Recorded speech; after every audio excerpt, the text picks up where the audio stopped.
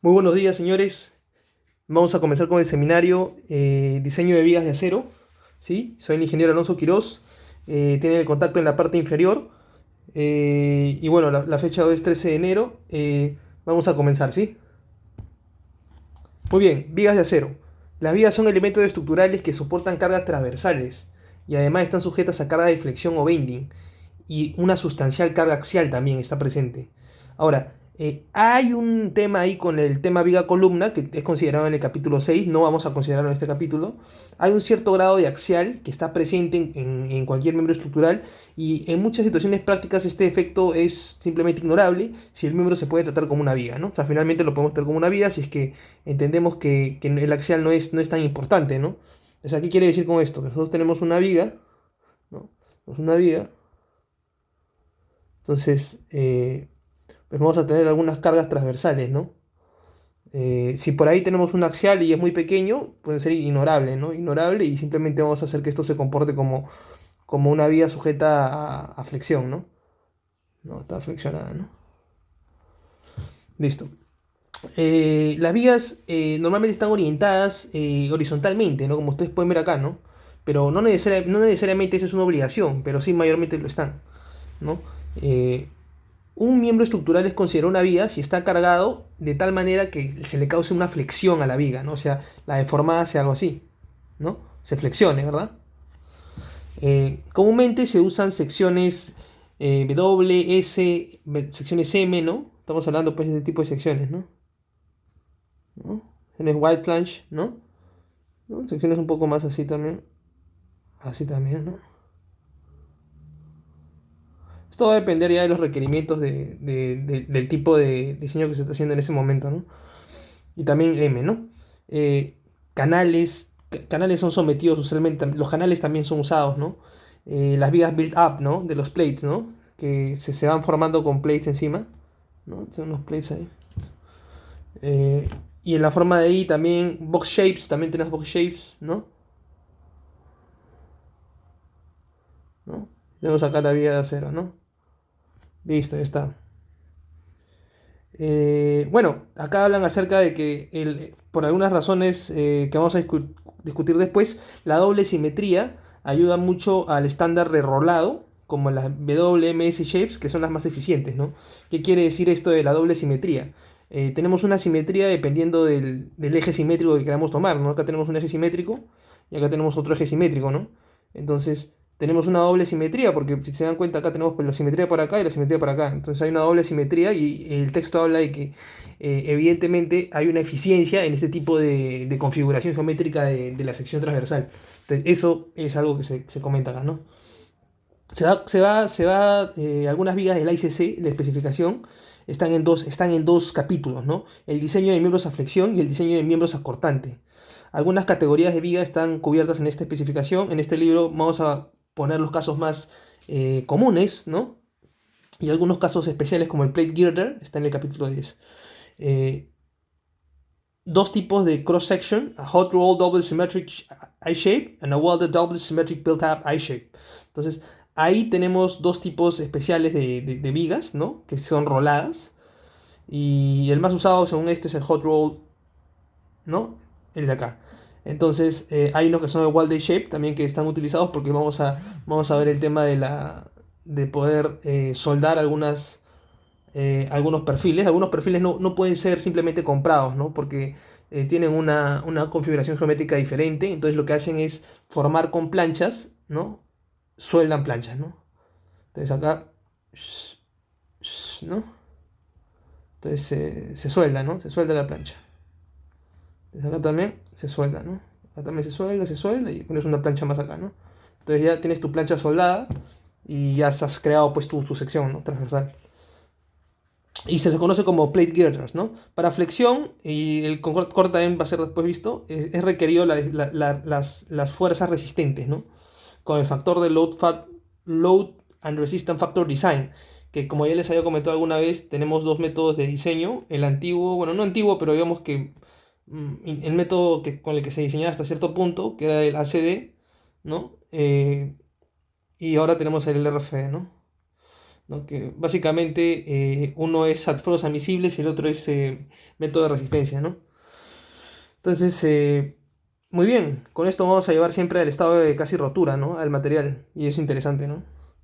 Entonces, para cualquier caso, se tiene que cumplir que la demanda tiene que ser menor igual que el factor de resistencia, el factor phi de resistencia, y tiene que ser por el momento nominal, ¿no?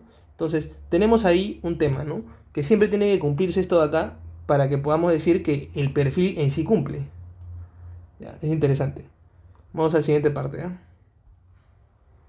Ok, vamos a a la siguiente parte. Acá dice, tenemos una sección, como ya les estaba diciendo, con un área, una sección comprada, ¿no? De fábrica y otra que tiene que ser soldada. ¿Vieron acá? Hay una soldadura, ¿no?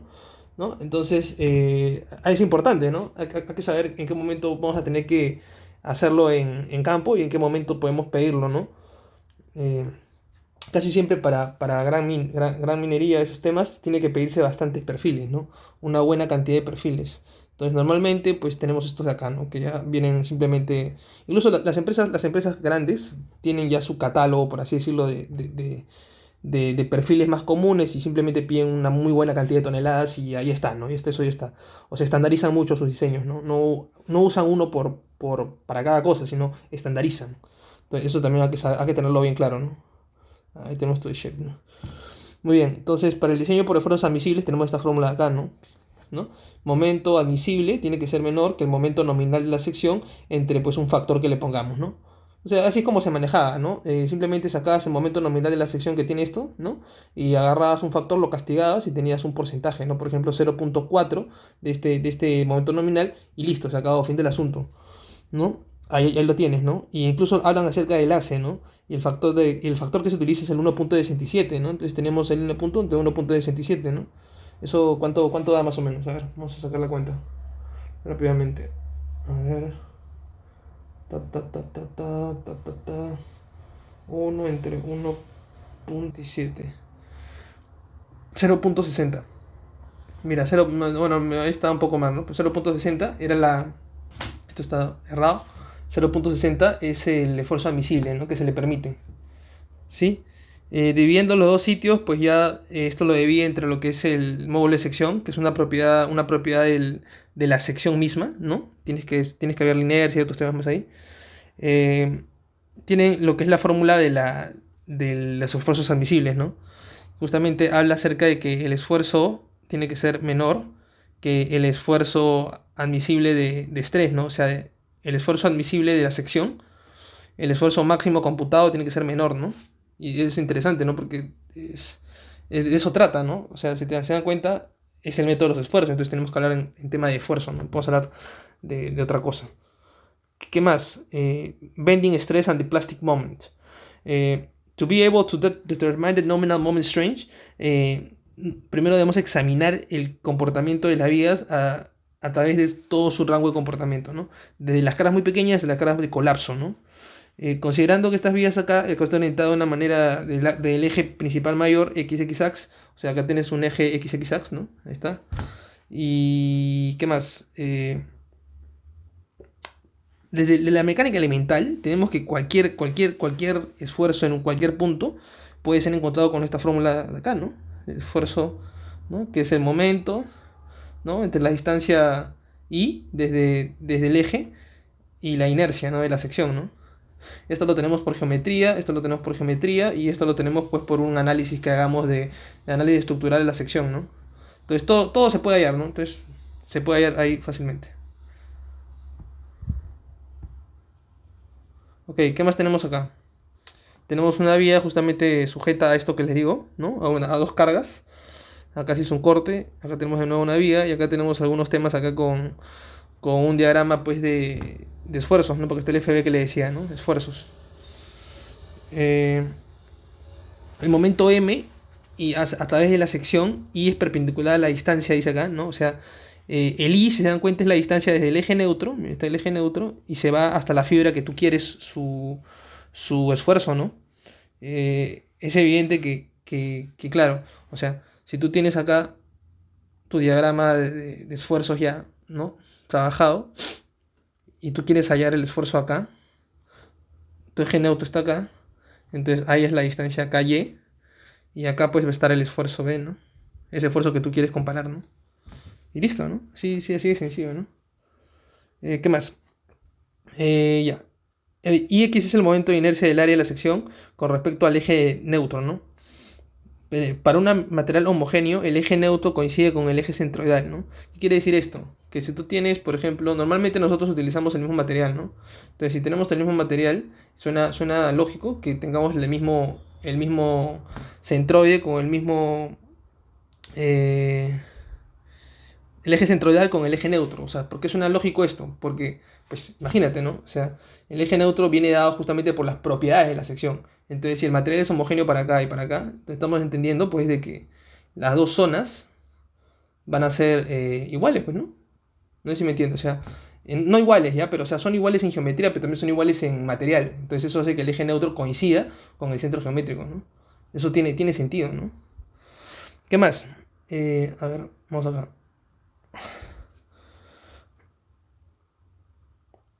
A ver, listo. Vamos a ver. La ecuación 5.3 es basada en la asunción que hay una distribución lineal de esfuerzos desde la parte superior hasta la parte inferior, que está basado en la asunción que la sección transversal son planas antes y después de la deformada. En adición, la carga debe ser vertical. eh, claro, la viga debe tener un eje vertical de simetría y las cargas deben estar en ese eje longitudinal, ¿no? Las vigas que no satisfagan esto están en otra sección, ¿no? El esfuerzo máximo ocurra en el extremo de la fibra, donde I es máximo. Entonces hay dos máximos, ¿no? El máximo esfuerzo de compresión en la fibra superior y el máximo esfuerzo de tensión en la fibra inferior. Si el eje neutro es un eje de simetría, entonces estos dos esfuerzos van a ser iguales en magnitud. Tiene sentido, ¿no? Para máximo esfuerzo, la ecuación 5.3 toma la forma de este de acá, ¿no? Ok, donde C es el perpendicular de distancia por C es el estricto módulo por sección. Para alguna sección, la sección módulo va a ser una constante. Para cada asimétrico de sección, Sx va a cambiar a dos valores, uno en el superior y uno en el inferior. Valores de Sx para estándar rolados normales, comunes, están tabulados en tablas, ¿no? Que están en el manual de la SC. ¿Qué quiere decir esto? A ver, vamos a traducirlo rápidamente. Nosotros asumimos varias cosas, ¿no? Como ya les había comentado alguna vez para el diseño de vigas. Una de ellas es que esto va a ser lineal. Esta deformación de esfuerzo es lineal, pero esto es asumiendo de que van a permanecer las caras planas antes y después de la deformación. Y esto pues hace posible que nosotros tengamos una línea, no ese análisis lineal. Entonces, con esa línea nosotros podemos hacer regla de 3, podemos jugar un poco, porque es más sencillo de manejar matemáticamente hablando, ¿no? Si nosotros tuviéramos esfuerzos muy grandes o concentraciones de esfuerzo, definitivamente van a haber casos cuales ya la fórmula no va a funcionar.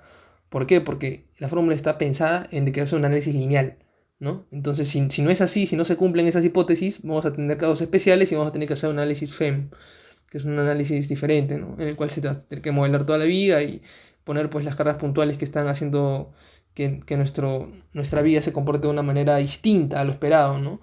Porque de repente incurre en rangos inelásticos que no están considerados en todo este análisis básico. Entonces tiene sentido, ¿no? Ok, listo. Entonces ya estamos hablando acá de que como la sección es homogénea, entonces estamos hablando de que el esfuerzo máximo acá puede ser también el esfuerzo de acá, ¿no? Pero la diferencia es que acá va a estar en compresión y acá va a estar en tracción, ¿no? La diferencia, ¿no? Compresión, tracción. Listo, ya está. Ok, ¿qué más tenemos acá? Vamos a verlo. Ecuaciones 5.3 son válidas siempre que las cargas sean lo suficientemente pequeñas, que el material se quede en su rango lineal elástico. Para ser estructural, esto significa que el esfuerzo F max no exceda Fy, ¿no? ¿Sí? O sea, no, y ustedes saben que Fy pues es 4200, ¿no? Perdón, 400. Ok. No, espera, acá me confundí, no necesariamente es 4200, ¿ya? Eso es diferente, esto casi es diferente. ¿Sí? Ahí hubo un error. En el caso de 36 KSI es 36 KSI, así que no, hay un error, me estoy confundiendo con el otro. Y en el caso del bending moment no debería existir esta de acá, ¿no? Muy bien, ¿qué quiere decir esto? Quiere decir que si nosotros excedemos un esfuerzo máximo, ya nosotros tenemos que tener cuidado porque va a comenzar a plastificar el material. Es decir, el esfuerzo máximo es este, ¿no? Del material. Si nosotros superamos ese esfuerzo, lo que nos está diciendo es que tengamos cuidado porque la fuerza no va a ser lo suficientemente pequeña para mantener todo el material en el rango elástico. Por ejemplo, acá estamos aplicando una carga puntual en el medio y se genera un momento, ¿verdad? Acá también. Entonces tenemos una carga, si se dan cuenta, F, un esfuerzo que se genera en la fibra superior de compresión, que no es tan grande, o sea, es un esfuerzo pequeño realmente porque es menor que el FY. Entonces, ¿esto qué me lleva? Me lleva a que simplemente esto se va a mantener elástico lineal y voy a aplicar tranquilamente mis fórmulas, ¿no? Entonces, ¿qué más? Incluso se maneja hasta el punto en el cual es igual, ¿no? Miren, hasta el punto en que es igual también, ¿no? Miren, no hay ningún problema, ¿no? Pero ¿qué sucede en la tercera parte, ¿no? En la tercera parte tenemos un tema porque se comienza a plastificar el tema, se plastifica. O sea, hay una plastificación en la parte superior e inferior, ¿no? O sea, mejor dicho, esta parte de acá ya comienza a volverse todo FY, ¿no? ¿No? Y esto lo decimos porque en verdad es más que FY, solo que nosotros asumimos que llega hasta FY y le ponemos como una plastificación, ¿no? Que se ha plastificado. Pero en verdad esto al plastificarse ya el comportamiento cambia, ¿no? Ya es totalmente distinto y hay fórmulas que ya no van a ser aplicables seguramente y otras que sí, pero hay que buscar cuál sí, ¿no? Entonces ahora vamos a hablar sobre ese tema seguro. Igual acá, ¿no? Para el momento, dice que el momento máximo que le puedes aplicar va a ser igual a el FY, que es de nuevo el esfuerzo máximo, por el módulo de sección del X, ¿no? Entonces ahí vas a sacar todo el M máximo. En la figura 5.3, una vía soportada con una carga concentrada en el medio y diferentes estados de carga, ¿no? Una vez que comienza a fluir, la distribución de esfuerzos en la sección no es más lineal, ¿no? Y el yielding comienza a progresar desde el extremo de la fibra hasta el eje neutro.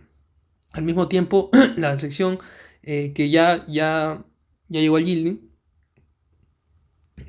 va a entenderse longitudinalmente desde el centro de la viga hasta, hasta que el momento alcance el M lleno en más localizaciones. Estas regiones que ya están, digamos, que ya fluyeron, están indicadas por las áreas negras, ¿no? Dice, ¿no? Entonces, ¿qué quiere decir? Que, o sea, una vez que se termine el yielding en esta zona, va a pasar a más zonas. O sea, ahí no acaba, ¿no? O sea, va a seguir fluyendo toda la viga de acero, ¿no? Muy bien, sigamos. Hasta que se forme, pues, lo que es una rótula, ¿no? Esta se forma la rótula en el medio, ¿no? En la figura ya comenzó el yielding, en la 3 el yielding ha progresado en la parte del web, ¿no? O sea, nosotros tenemos una viga W y tenemos lo que es el flange, ¿no? Y lo que es el web, ¿no? Que básicamente viene a ser el ala y la parte del medio, ¿no? En la figura sí que se entera que la sección toda ya está fluyendo, ¿no? El adicional momento requerido para darle a la viga desde la parte B hasta la parte D es 10 o 20% del momento de fluencia, ¿no? MY para perfiles W, ¿no? Con este en el caso D, que ya se llegó, cualquier tipo de incremento, en momento Y, para cualquier tipo de incremento puede causar colapso, ¿no? ¿Qué quiere decir esto? ¿Qué es lo que me quiere decir? Que cuando ya llegaste a que todo ha fluido, o sea, toda la sección ya fluyó, todo ya estás en FY, entonces, ¿qué dice? Que ya toda la sección toda esa parte de la viga ha fluido y cualquier incremento en esta puede causar ya el colapso de la misma viga, ¿no? O sea, ya puede simplemente partirse, ¿no? Partirse o comenzar a ver fisuras en la viga que lleven al colapso. Todos los elementos de la sección están justamente en las curvas de esfuerzo de formación y un irrestricto flujo plástico puede ocurrir, ¿no? Entonces, una rótula plástica se va a formar en el centro de la viga eh, y esta con las rótulas que se van a formar al final también va a construir un mecanismo inestable, ¿no? Durante el colapso plástico. El mecanismo puede ser visto en la figura 5.4 que está, ¿no? Lo que te están diciendo es que acá hay un mecanismo ya inestable, ¿no? Porque no vas a poder sostener este sistema, ¿no? Entonces ya va a colapsar. O sea, no es estable, ya. Va a dejar de ser estable y va a colapsar. ¿Qué más? En la figura 5.5 los esfuerzos de compresión y tensión resultan están acá, ¿no? La AC sección están sujetas a compresión y la A es el área de tensión. Estas áreas están de plástico, eje neutro plástico y no están necesariamente en el mismo eje neutro, ¿no? Entonces el equilibrio de fuerzas, ¿qué te va a llevar? Te va a llevar a que C es igual a T, porque la compresión es igual a la tensión. Entonces vas a tener que tu área en compresión por tu fluencia, porque tienes un área de fluencia, es igual a tu área en tracción por tu fluencia también. En conclusión, se van a ir la fluencia, vas a tener que tu área en compresión es igual a tu área en tensión, ¿no? Y si tiene sentido, miren, cuando ya plastificó, sí tiene sentido. Entonces el eje plástico va a ser dividido de la sección en dos áreas iguales, ¿no? El eje plástico está, ¿no? Para figuras que son simétricas alrededor del eje de flexión, ¿no? El elástico y el eje neutroplástico son el mismo, ¿no? O sea, ¿qué quiere decir? Que si tienes figuras simétricas, eso sí va a suceder, que el eje plástico va a ser igual al eje elástico, ¿no? El momento plástico MP es el que resiste y está formado por dos fuerzas, ¿no? O sea, dos fuerzas iguales pero opuestas, ¿no? Entonces, ¿qué dice? ¿Cómo se va a formar este momento plástico, ¿no? Justamente la fluencia, el esfuerzo de fluencia por el área compresión, ¿no? Por el A, ¿no? Y esto va a ser igual a justamente ese esfuerzo entre A medios por A, ¿no? ¿Por qué hace esa medios, no? Porque estamos considerando que todo va a ser A, ¿no? Todo es el área, o sea, todo esto es el área de la sección, entonces A medios, pues la mitad es lo que te está diciendo que es el área que está traccionada, ¿no? ¿Sí? O sea, es la mitad, mejor dicho, la mitad de la viga está traccionada. Entonces ya, esa mitad es A medios, pues, ¿no? Porque todo el área es A. Entonces ya está. Ya, pues vas a tener acá tu fluencia por tu módulo plástico, se le llama módulo plástico. Entonces el módulo plástico, ahí está, ¿no? Ahí está, listo. ¿Quién es el A? El A es la distancia entre los dos centroides, entre las dos mitades de los centroides, ¿no? O sea, mira, tú por un lado tienes una tensión acá y acá tienes una compresión. Entonces, esto de acá, esto de acá se forma es el momento plástico, ¿no? Producto del par. El par es el momento plástico donde el esfuerzo sea acá el FY por el A, ¿no? Que está acá, es la distancia de estos dos, mira que está. El A, ¿no? Entonces, la distancia de los dos, entonces, ya pues, ¿no? Simplemente es una multiplicación y ya sale tu fórmula, ¿no? Y el eje neutro, como habíamos comentado, plástico, coincide con el eje elástico cuando la sección es simétrica. Es importante entender eso también, ¿no? Muy bien. Bueno, acá hay unos ejemplos que no vamos a resolver ahorita porque este video es teórico. Ya en el siguiente video vamos a hacer ejemplos, ¿ya? Pero bueno, no está tampoco tan complicado, ¿no? O sea, pueden ir avanzándolo y ahí está, ¿no? Y ahí lo hacemos también en el SAP, en el Excel si quieren. Y casos reales también, ¿no?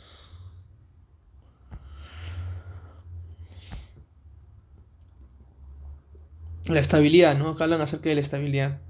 Si una viga puede estar en el lado estable, ¿no? Con su condición plástica total, el momento nominal puede ser tomado como el momento plástico, la capacidad del momento plástico, ¿no? O sea, a ver, lo que te estoy diciendo acá, si la viga puede permanecer estable incluso cuando todo ya plastificó, entonces podríamos considerar que su momento nominal, o sea, su momento resistente es igual a su momento plástico. Es lo que te dice esto, ¿no?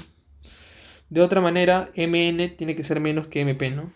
¿Qué quiere decir esto? Que en cualquier otro caso en el cual la viga no sea estable después de haber plastificado, va a haber un factor que va a castigar a MP, ¿no? No necesariamente phi, otro factor puede ser, pero es un factor que va a hacer que decaiga este MP y eso va a ser finalmente la fuerza de la viga, porque al no ser estable se le tiene que castigar porque no va a llegar a plastificar, ¿no? O sea, no es estable, no se va a desarrollar ese momento, ¿no? ¿Sí?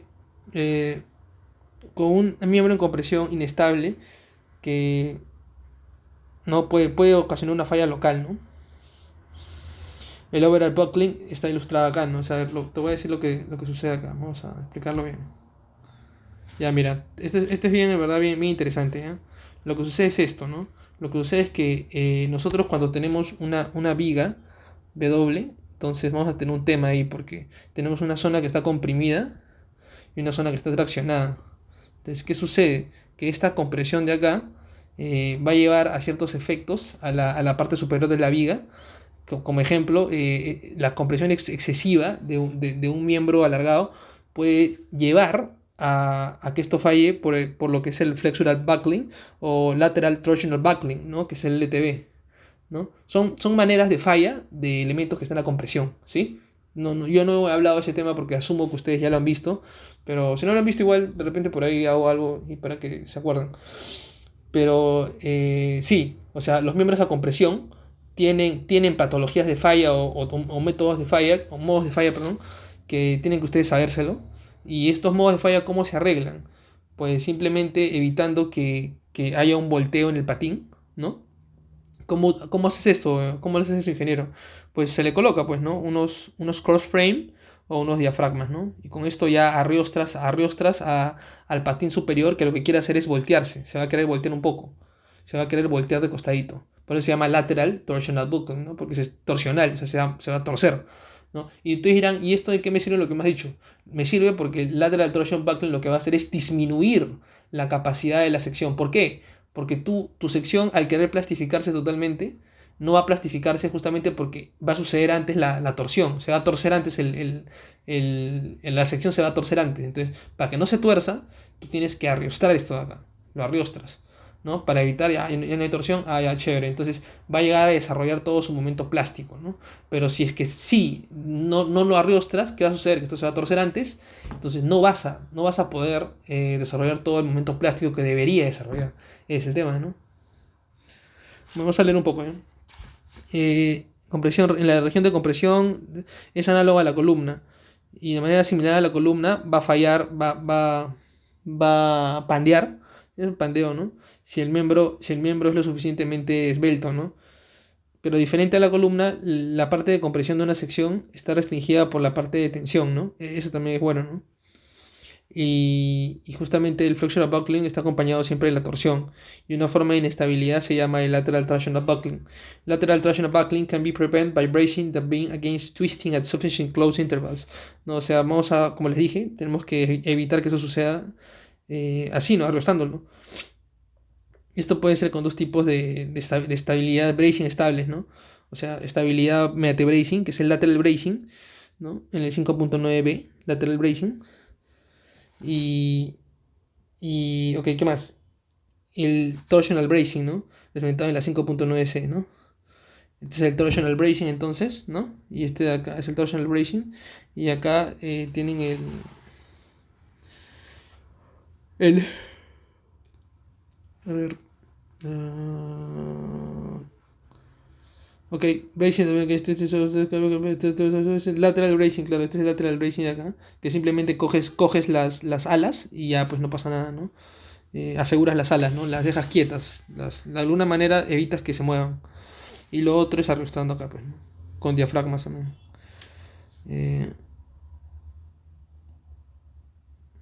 Ok, el torsional bracing te previene de simplemente pues, hacer un twist, ¿no? De que se voltee. Esto puede ser nodal o continuo. Y cada uno puede ser mediante cross frames o diafragmas, ¿no? Los tipos nodales están comprendidos en el capítulo 4 y, y estas provisiones están basadas en el trabajo de Yura, dice, ¿no? El momento, la fuerza depende en parte del embrace length, ¿no? Que es la distancia between points of bracing, ¿no? Claro, o sea, va a depender mucho de las distancias que tengas de los bracings, el diseño justamente de estos elementos, ¿no?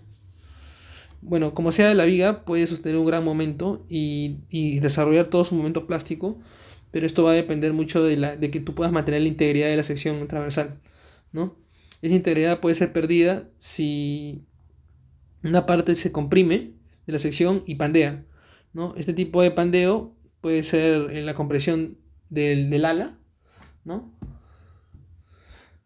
También llamada flange local buckling, ¿no? O sea, quiere decir esto que no va a pandear toda la sección, o sea, tienes tú esto y no va a pandear todo como te expliqué, o sea, todo esto no se va a voltear como en el anterior, ¿no? Que te dije, sino una partecita nomás va a pandear. Yo ese caso lo he visto, ¿no? O sea, ese caso es real, yo lo he vivido, lo he visto, y realmente hay zonas que pueden pandear localmente, o sea, esta zona de acá, por ejemplo, digamos, se tuerce, ¿no?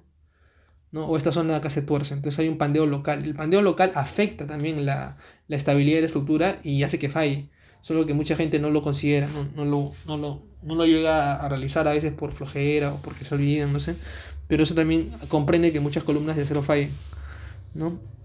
También llamadas Web Local Backlink, ¿no? La parte de compresión. Bueno, también, ¿no? O sea, Flange Local Backlink evidentemente tiene que ver con las Flange y el Web Local Backlink obviamente tiene con el web, ¿no? O sea, la parte de acá en medio. Y esto está discutido en la parte del capítulo 4 otra vez, ¿no? Vamos a verlo un día para que ustedes sepan un poco acerca de cuál es la falla tipo compresión, que sucede mucho en los elementos de acero, sobre todo en las columnas, ¿sí? Perdón, en las vigas. Bueno, también en las columnas, ¿no? Los dos están sujetos a compresión. Eh, el tipo de falla local ocurre dependiendo de lo que sea la width to thickness ratio, ¿no? O sea, ¿qué quiere decir esto? El ancho, del ancho comparado con el thickness, ¿no? Ahí hay un tema, ¿no? Tienes que ver esta relación y a ver si estás en un rango que pueda generar una falla local en tu miembro seccional. ¿Ya? Los efectos del local y el lateral, ahí está, ¿no? En el 5.10 me dicen, ¿no? Ahí está, ¿no? En la curva 1 es la carga de carga y deflexión de una curva, de una viga, que se vuelve inestable y pierde su capacidad antes del fresh yield, ¿no? O sea, antes de incluso llegar al FE, ¿no? ¿No? Y está bien, ¿no? O sea, ahí está. Este es su gráfico de flexión y fuerza, ¿no? Ok. En la curva 2 y 3 corresponde a una vía que ha sido cargada pasando el fresh yield, pero no suficiente para la formación de la rótula plástica y el resultado es un colapso plástico, ¿no? O sea, el 2 y el 3 sí llegan al FY, pero no llegan a formar toda la rótula, entonces fallan antes y ya está, ¿no? Fallan antes, ¿no? Si el colapso plástico puede ser alcanzado, la carga de flexión curva puede aparecer como la 4 o la 5, dice, ¿no? La curva 4 es el cargo del momento uniforme sobre toda la longitud de la viga, y el 5 es con una viga que tiene un momento variable, un momento gradiente, y los diseños seguros deben ser con vigas que correspondan a cualquiera de estas curvas, pero la 1 y la 2 representan un ineficiente uso del material. O sea, ¿qué quiere decir? Que tenemos que garantizar que de alguna manera se forme todo el momento plástico en la sección. Y eso lo vamos a lograr viendo bien la geometría de la sección que vamos a utilizar. Y, y bueno, ¿no? Garantizando de esa manera que se plastifique toda la sección, ¿no? Y así pueda alcanzar su máximo potencial como momento plástico, ¿no? Para que aguante más carga. Y también, bueno, tener una mayor utilidad, ¿no? Se infecta más tiempo. Eh, ok. La clasificación de algunos shapes. En la ICC, clasificación de secciones, las clasifica de alguna manera así, ¿no? Compactas, no compactas, slender, ¿no? Y dependiendo de qué, ¿no? De valores como su esbeltez o la relación de ancho con el espesor. Y para E-shapes el radio debe ser projecting flange, ¿no? Como algo unstiffened, ¿no? O sea, que no está arriostrado, ¿no? Entonces tiene que ser, por ejemplo, el BF sobre 2TF, ¿no? Que tiene que ver con el thickness de la sección y pues el ancho, ¿no? Igual, ¿no? El HT igual, ¿no? La altura sobre el TW, que es el thickness también. Y todo esto tiene que ser, está dentro de las propiedades del material, ¿no? En la tabla B4 pues puede ser resumido de la siguiente manera, ¿no? Width to thickness ratio, upper limit for compact category, upper limit for non-compact category. Entonces han generado pues una nomenclatura para hablar acerca de los límites que tienes dentro de una sección cuando vas a clasificarlas de acuerdo a la esbeltez de la sección, ¿no? O no sé, bueno, esbeltez no sé si esté bien dicho, pero digamos, esta relación tiene que ser clasificada de alguna manera y han hecho su clasificación, pues, ¿no? Ok, entonces si tu ratio, ¿no? Si tu ratio es menor al upper limit for compact category, entonces eres compacto, pues, ¿no? Quiere decir que estás compacto. Pero si estás entre el P y estás entre el R, la sección es no compacta, y lo hice acá. Y si estás mayor que el R, ¿no? Quiere decir pues que ya no solo no eres no compacto, sino ahora eres esbelto, ¿no? Ahora, ustedes dirán, ¿y esto de qué me sirve, no? Saberlo. Bueno, sirve porque tú, dependiendo del tipo de relación que tengas, esto va a afectar mucho al tipo de falla posible que puedas tener tus elementos, ¿no? Entonces yo diría que si tenemos Slender, el Slender tiene más posibilidad de desarrollar fallas que el no compacto y el compacto, ¿no? Y ahorita lo vamos a ver, justamente. O sea, por eso los clasifican, ¿no? Aquí está, ¿no? Flange Web, ¿no? y los feet que les digo, ¿no? O sea, sus límites, ¿no? Son como que acá hay un límite, acá hay otro límite, y acá hay otro límite, ¿no? Entonces tienes tu phi P y tienes tu phi R, ¿no? Entonces tú haces tu relación de tu forma geométrica, haces su relación y dices, oye, ¿dónde estoy cayendo, no? Si caigo por acá, chévere, ¿no? Yo soy no compacto, ¿no? No compacto. Si caigo por acá, soy slender, ¿no? Soy esbelto. Si caigo por acá, soy compacto, chévere, ¿no? Entonces, recuerda que un perfil compacto puede alcanzar toda la plastificación de su sección, ¿no? En el caso del slender, probablemente no, ¿no? Eh, ya, la categoría está basada justamente en el peor posible ratio. Y, por ejemplo, la parte de la web es compacta y la parte del ala es no compacta. Entonces la sección está clasificada como no compacta. Quiere decir esto, o sea, que si tienes una sección que es compacta, que la parte de o sea, se analiza justamente esta relación geométrica, tanto para el web como para el flange, ¿no?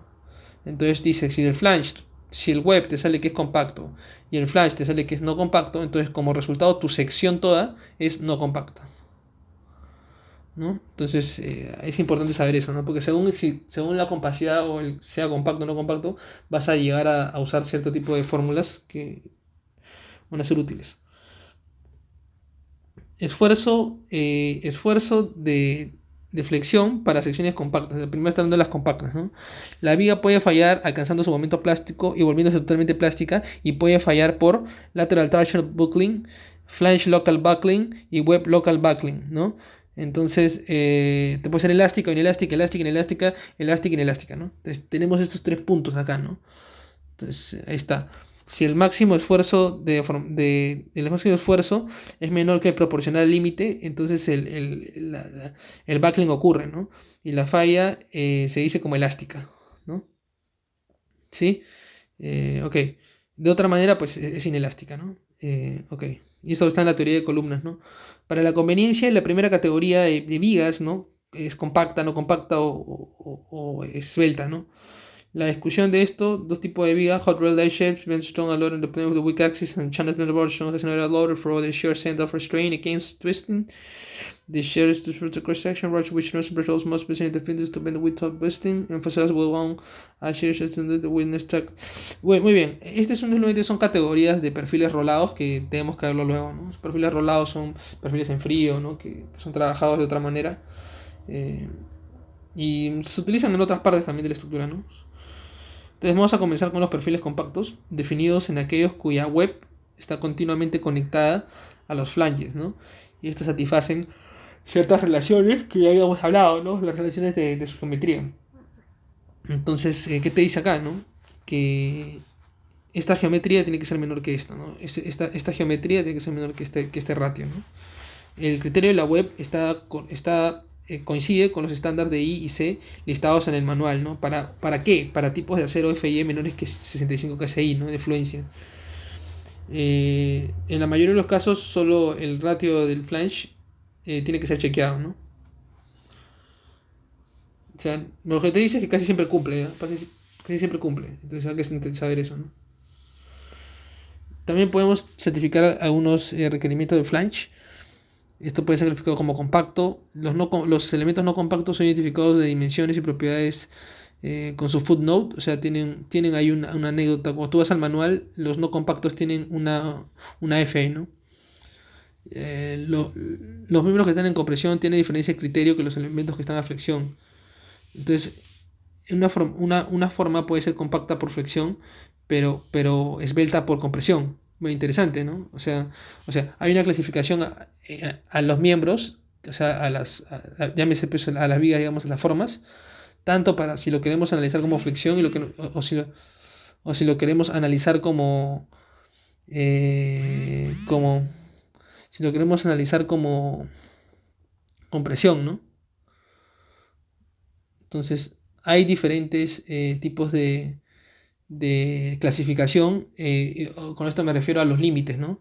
Y qué cosas toman en cuenta para clasificarlo como compacto, como no compacto o como esbelto, ¿no? Según si está flexión o está compresión. Ok. Si la viga es compacta y está lateralmente soportada, entonces las secciones que no están unbraced length son muy cortas. El momento nominal Mn es el momento plástico, la capacidad de shape Mp. Para miembros con un inadecuado lateral support, el momento resistente está limitado por el lateral torsion buckling, strange, aided inelastic or elastic. La primera categoría soportados son las vías compactas, que son muy comunes y son casos muy simples, ¿no? Para una doble simetría compacta, como le digo el C, el mayor, tienes que chequear el eje mayor, ¿no?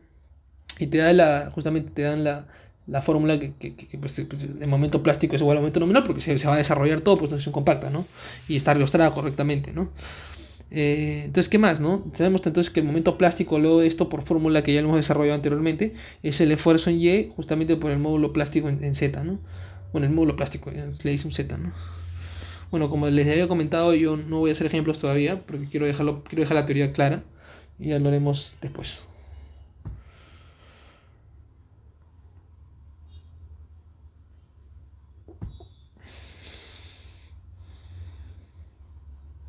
Ok. El esfuerzo de admisible puede ser simplificado si hay una aproximación hecha, ¿no? O sea, la solución puede ser aproximada y puede ser escrita de esta manera, ¿no? Bueno, lo que está haciendo acá es desarrollar el ejemplo anterior, pero con esfuerzo admisible, me parece. Me parece que sí. Ajá.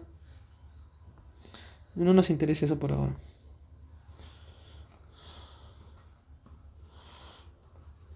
Ok, acá vamos a hablar otro tema. Ok, la, este de acá es para esfuerzos admisibles.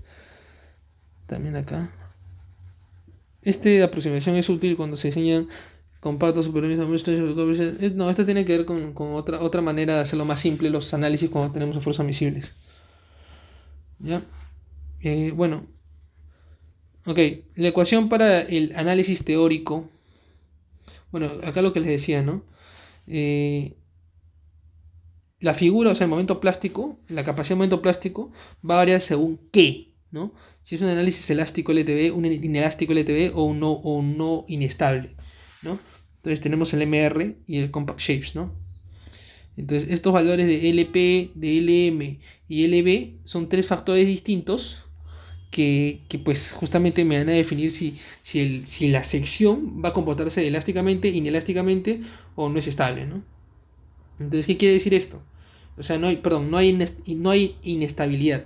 ¿Qué quiere decir esto? Que pues la sección simplemente va a desarrollar su momento plástico sin problemas, ¿no?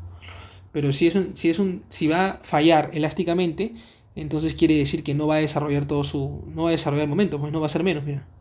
¿Ves? Un momento va a ser menos. Si falla inelásticamente, va a ser menos un momento.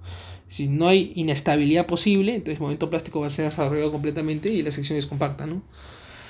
Entonces, ¿qué más? ¿No? Esto va a depender de los arriostres que le llegues a poner a tu sección. Y acá me dicen, ¿no? Que LB justamente va a ser la distancia entre estos dos puntos. Y está, ¿no? Listo. Esta aproximación es útil cuando diseñamos perfiles compactos lateralmente soportados, de las vías lateralmente soportadas. El momento es una función de lo que no está arriostrado, LB, ¿no? O sea, el LB representa lo que no está arriostrado, ¿no? O sea, la distancia de lo que no está arriostrado, este es LB, ¿no? Ahí está, ¿no? No está arriostrado. Y se define como la distancia que no tiene soporte lateral, ¿no? O bracing. En este libro, ¿no? Podemos indicar algunos puntos laterales con X. The relationship between number strength and the brace length is shown 5.13, ¿no? La figura 5.13, ¿no? O sea, la relación que hay entre lo no arriostrado está en 5.13. ¿Qué quiere decir esto? Que no arriostrarlo lo suficientemente cerca nos puede llevar a desarrollar menos momento, ¿no? Entonces, si la sección no arriostrada no es mayor que LP, entonces no vamos a definir, la viga está considerada full lateral support and MN es igual a MP. Si LB es mayor que LP, pero menor o igual que los parámetros LR, la capacidad está basada en el elástico LTB. Si LB es mayor que LR, la fuerza está basada en el elástico, en el elástico LTB, ¿no? Entonces, hay que siempre saber, ¿no? En qué rango estamos para más o menos saber cuál es el momento que vamos a sacar, ¿no? Okay. La ecuación para el análisis torsional torsional buckling, el Elastic Lateral Torsional Buckling, puede ser encontrada en la teoría elástica de estabilidad de Timoshenko, ¿no? Y Guerre, ¿no? Ese libro es bueno, pero nunca lo he leído completo. Algunos cambios, ¿no? Por ejemplo, ok, o sea, este análisis torsional, este buckling, no siempre pues, fue conocido, ¿no? Obviamente se estudió pero mucho tiempo, pero ustedes saben que para llegar a fórmulas tienes que hacer mucho ensayo, ¿no? No, o sea, una cosa es la matemática y otra cosa es que lo pruebes que efectivamente para qué espacio es reconocible esta matemática, ¿no? Entonces necesitan ensayos, ¿no? Entonces, pues los ensayos pues hacemos esa chamba, ¿no? El MN es igual al FCR por el SX, que esto ya lo tenemos por sección, y el FCR viene a ser pues el esfuerzo de buckling, ¿no? O sea, a ver, a ver, a ver, a ver. Tenemos el FY, por ejemplo, y que es el máximo esfuerzo posible de la sección, según el material, pero también es un FCR. Y el FCR viene a ser básicamente el esfuerzo máximo posible para esta sección, pero según el análisis que tenemos de su buckling.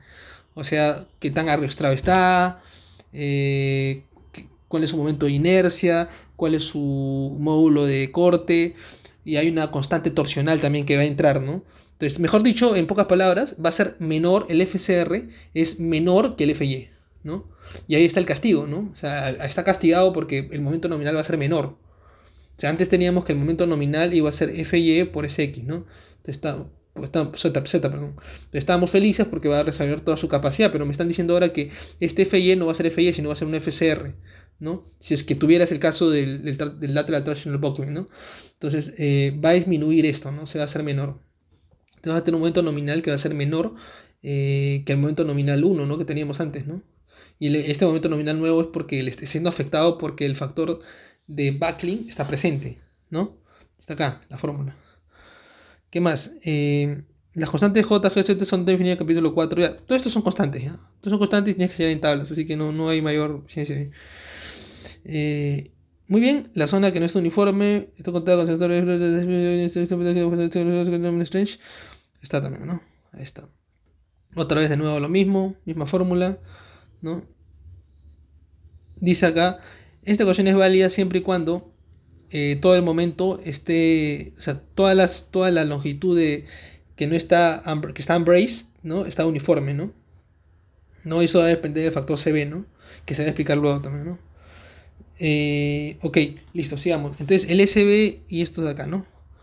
Factores que deben ser tomados en cuenta para no uniforme bending con el Ambrose Lane, que el mismo factor se cobreado ya. Este es un factor que tiene que ser hallado y explicado después, ¿ya? Pero básicamente todos los factores, como les estaba diciendo, son hallables, ¿no? Todos tienen fórmula, ¿no? Y dependiendo de la sección que tengas, ¿no? Puede ser esta, no sé, puede ser un canal incluso, ¿no? Puede ser un box shape, ¿no? Bueno, creo que box shape no está considerado por ahorita, pero... O sea, cualquiera sea la sección, estas variables van a cambiar en algunos casos, ¿no? Entonces simplemente son variables que son dependientes de la sección, pero no son tan diferentes también. O sea, no son tan complejas, ¿no? Ok. Si el momento del torsional block ocurre después del momento correspondiente al fresh yield, la fuerza está basada en el comportamiento inelástico, ¿no? El momento correspondiente al fresh yield es momento R igual a 0.7 FY ¿no? ¿No? Que ahí está, ¿no? O sea, que dice acá, si la fuerza si la capacidad está basada en el comportamiento inelástico, el momento correspondiente es este de acá, ¿no? Ok. Ok, listo. Esto quiere decir, es una aproximación, ¿no? Donde el yield stress ha sido reducido más o menos en el 30%, tomando en cuenta el efecto residual de la del esfuerzo, ¿no? Y como está en el punto 513, los bordes entre el elástico y el enlace elástico y la zona inelástica, el compartido inelástico, puede ser para justamente la longitud LR, que tiene el valor LB obtenido del ICC, ¿no? Ok, entonces simplemente lo castigan con un 30%, ¿no? Simplemente para simular un comportamiento inelástico, ya 30% lo castigan simplemente, ¿no? Y ya está, ¿no? Para columnas con buckling inelástico y vigas es más complicado que el buckling elástico, y las fórmulas empíricas son normalmente utilizadas, ¿no? O sea, esta es una fórmula empírica, ¿no? Empírica. ¿Qué quiere decir? Empírico, que han hecho ensayos y ha salido, ¿no? Pero No tiene también tanto sustento técnico, sino más un ensayo empírico, ¿no?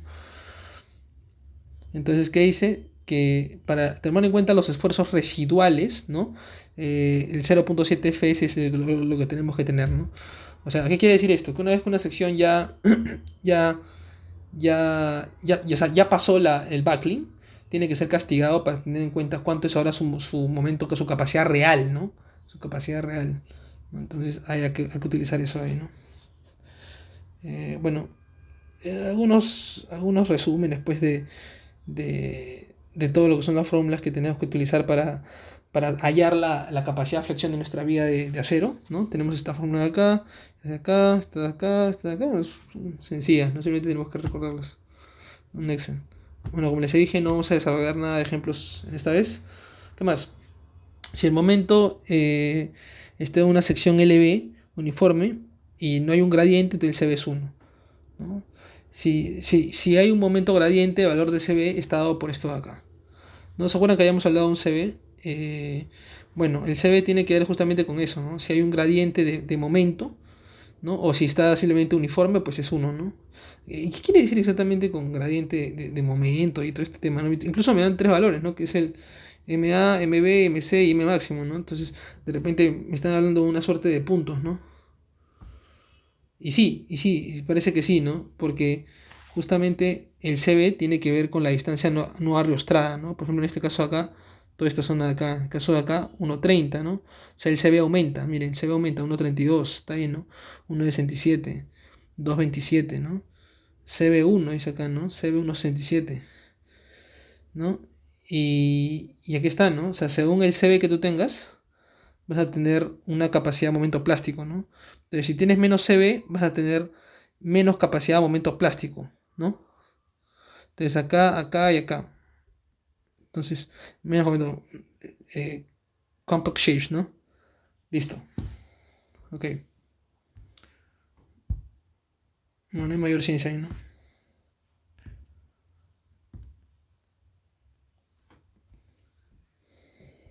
Es importante observar los límites superiores del MP relacionados con la ecuación usada para el momento nominal, ¿no? El manual del acero, que es muy conocido, tiene justamente una sección que se llama diseño de miembros a flexión, ¿no? Que tiene unas tablas muy interesantes que básicamente nos ahorran la vida porque tienes una sección y ya tienes su momento nominal, su momento plástico, sus geometrías, su módulo de sección, su módulo plástico. Entonces es importante poder verlas, estos manuales, para saber y diseñar de manera más fácil si es que ya simplemente tenemos alguna necesidad de una sección específica, o ya hemos hallado algunos valores que nos permiten intuir o llegar a, a esa nueva sección que requerimos, ¿no? Bueno, ahí está, ¿no? El bending, la fuerza de bending en elementos no compactos. Habíamos hablado de los compactos, hablamos de los compactos, ¿no? Como antes habíamos hablado, el estándar de WMS y los C son compactos. O sea, la mayoría de estas secciones son compactas. Solo algunas son no compactas, porque el ala y la relación del ala pueden ser esbeltas, ¿no? En general, un no compacto puede fallar por lateral traction buckling, flange local buckling, or web local buckling. Any of these types of failure can be in either the elastic range or inelastic range. The strength corresponding to each of these through limited states must be computed, and the smallest value will be controlled. ¿Qué quiere decir esto? Que se tiene que analizar cada parte de tu viga, si es no compacto, y tienes que analizar los tres posibles fallos. Digamos, tenemos un momento nominal de 10 para una falla LTB, torsional buckling. Tenemos un MN de 8 para una falla de buckling simplemente local. Y bueno, entre estos dos tendríamos que elegir cuál es el menor, ¿no? Entonces, este es el menor, o bueno, entonces esto gobierna la falla, su capacidad es 8, ¿no? Esa zona. Algo así, ¿no? Eh, para la ISF, la French Local Buckling, cuando la falla, tiene que ser inelástica. El buckling puede ser inelástico y esta es la fórmula de acá, ¿no? Y acá pues tenemos los valores, ¿no? O sea, esto de acá que son los límites, ahí están, ¿no? Y esta es la sección que tienes que sacar con qué, con tu BF, ¿no? Tu BF y tu thickness F, ¿no? Tu flange thickness, ¿no? Que es esto de acá. Entonces divides el cociente y ese es tu valor lambda, ¿no? Ya está, tienes tu lambda. Una vez tu lambda te metes acá y mira si estás dentro de este rango, ¿no? La mayoría de todas las secciones hot roll están en el manual como compactas. Algunas no compactas están sujetas solo a estados límite como lateral torsional buckling y flange local buckling, ¿no? Y habla acerca de otras más, ¿no? Entonces, también ejemplos. Las secciones no compactas están identificadas en el ZX con una F, ¿no? O sea, ahí si tú vas al manual del acero, pues con una F vas a tener señalado todas las zonas que son no compactas, ¿no? Todas las secciones. Las zonas no compactas, las secciones no compactas también son tratadas diferentes que el ZX, ¿no? Hay una tabulación de LP, que es el valor de Ambrage Length, en el cual el momento nominal está basado en el Elastic Lateral Torsional Buckling equals to a nominal strange based on flange local buckling, que es la máximo Ambrage Length for which the nominal strange can be taken as the strange based on flange local buckling, ¿no? Entonces tienes que tener cuidado porque siempre tienes que chequear tus rangos, ¿no? Para en función a eso poder aplicar ciertas fórmulas, ¿no? Ok, aquí tenemos esta fórmula de acá, el LP de acá, y revolviendo la ecuación tenemos esto de acá, ¿no? Ya está. En conclusión, tenemos este resumen de acá. Vamos a leerlo ahorita. Este es el resumen para compactos y no compactos, o sea, para secciones compactas y no compactas, y no slender shapes, ¿no? Primero determinas si la sección es compacta. Si la sección es compacta, chequea el lateral torsional buckling as follows, ¿no? O sea, tienes que chequear primero, si ya sabes que es compacta, entonces tienes que chequear el lateral torsional buckling, ¿no? El LTB. Lo chequeas con tus fórmulas, está. Si no hay lateral torsional buckling, quiere decir que nada va a corromper o va a disminuir tu capacidad, entonces tu MN va a ser igual a tu MP. Pero si no fuera el caso y si lo corrompe, entonces tienes que hallar el FCR, ¿no? Que es el factor que castiga justamente esa falla prematura que vas a tener y que va a hacer que tu sección falle en el rango elástico y inelástico, ¿no? Si la sección es no compacta, pero por el ala, entonces la capacidad nominal va a ser menor que la capacidad del flange local buckling y el lateral torsional buckling, ¿no? Eso también es importante saberlo, ¿no? Si la sección es no compacta, es otro análisis, ¿no? El flange local buckling, y si no hay flange local buckling, pero si es no compacta, entonces ahí está, ¿no? Igual acá, ¿no? Fórmula. El es mayor que fórmula. Y el FCR, aquí está, ¿no? Igual, de la misma manera, tú vas a castigar, mira, el FCR se castiga y tienes esto que te va a dar tu valor, que va a ser un 0.50, 0.80, 0.60, no sé, del valor que tenías si no hubiese sucedido esa falla, ¿no? Y esto siempre va a ser menor que el momento plástico, ¿no? Muy bien, esa es fuerza de corte. No voy a tocar esta vez esto. Básicamente es la fórmula de esfuerzo de corte de acá, ¿no? Que es la capacidad, la fuerza cortante que va a suceder, ¿no? El Q, que es el primer momento alrededor del eje de inercia, ¿no? Bueno, primer momento de área, discúlpame. Y ese tiene unas formulitas bonitas para hallarlo, simplemente con una hoja Excel. Y ya, ¿no? No hay mayor ciencia en eso, en verdad. No me parece interesante poder tocarlo mucho a fondo. Pero simplemente aplicar la fórmula, ¿no? Para saber que estamos con un esfuerzo que está dentro de lo admisible. No, bueno, que está un poco la deformación de cuál es el flujo del cortante dentro el esfuerzo del cortante dentro de una sección, ¿no? Sí, un poco también acá están las fórmulas, ¿no? Cortante es igual a 0.6 del esfuerzo de Y por AW, que es la sección de corte, ¿no? Y ya, simplemente tienes que cumplir la diferencia, que es BU tiene que ser menor o igual, pues evidentemente que el factor de reducción de resistencia para corte, y el BN, que es la capacidad que ya lo hemos hallado acá, ¿no? Tenemos acá que el BN de nuevo, 0.6 del esfuerzo de fluencia por el área de corte, ¿no? Y listo, ya está. Para SD, pues tenemos esto de acá, ¿no? Ya está. Es lo mismo, más de lo mismo.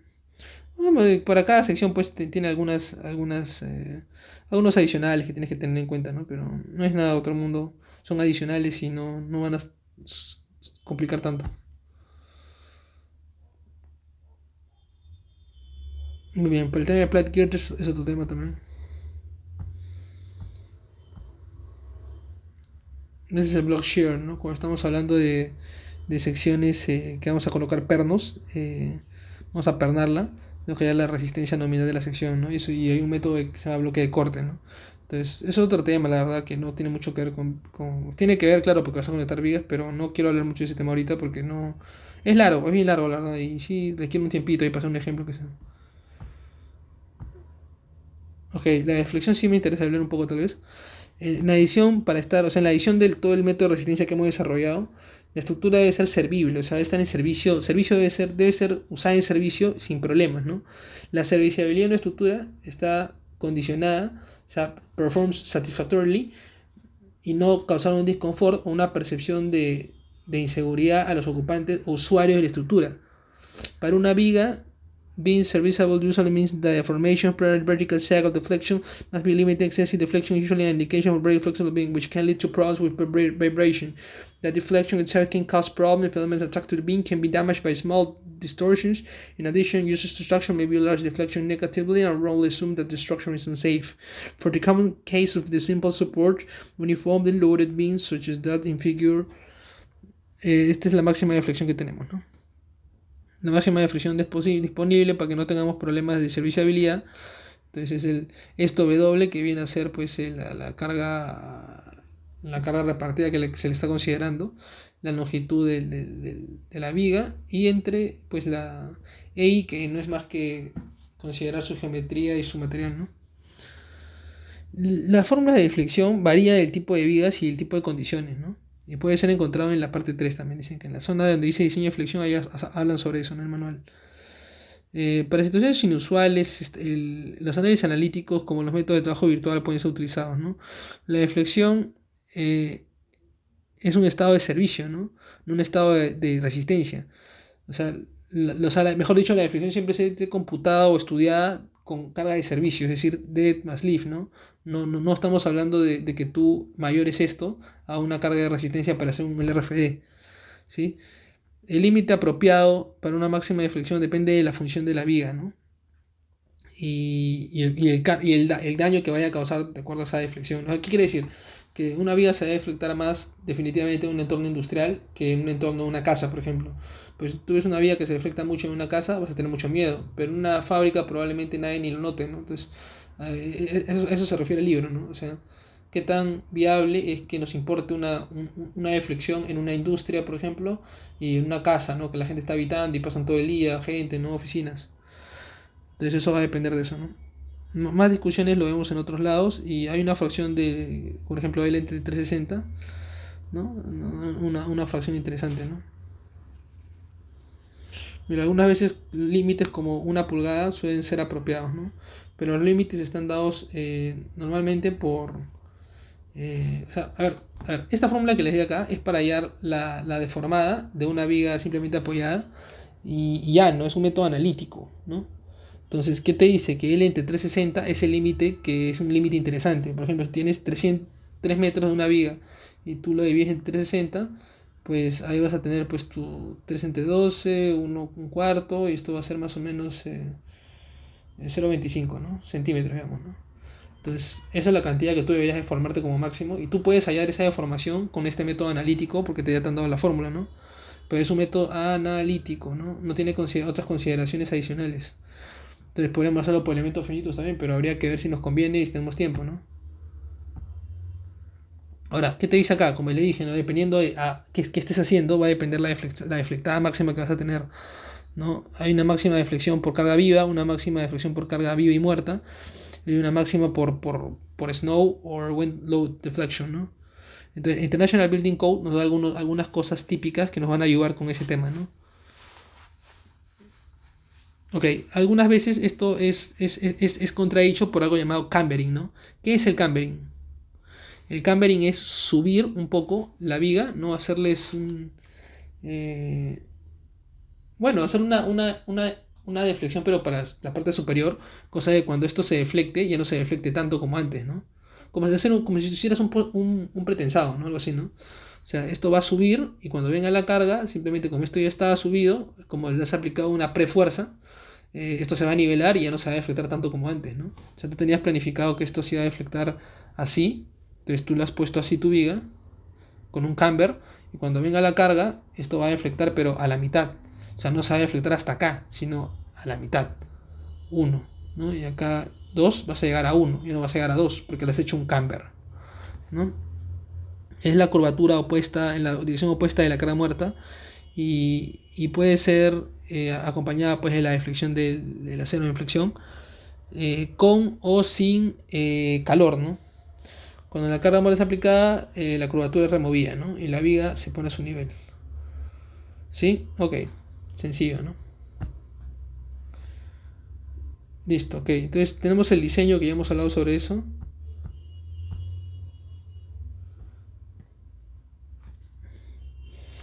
Algunos valores de tablas también. Unas tablas.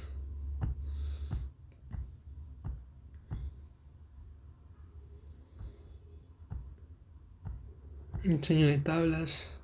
Bueno, vamos a quedarnos por hoy hasta acá. Y de repente mañana o pasado hacemos otro video comenzando por acá porque ya se está haciendo muy largo el video de 1 hora. Creo que nadie lo va a ver. Pero floor and roof framing también son sistemas interesantes que vale la pena hablar. Y son hechos en acero y con vigas, ¿no? De acero. Así que bueno, hay que ver ahí qué cosas podemos tener, ¿no? Listo, entonces nos vemos hasta otra oportunidad. Gracias por su tiempo. Tengan un buen día.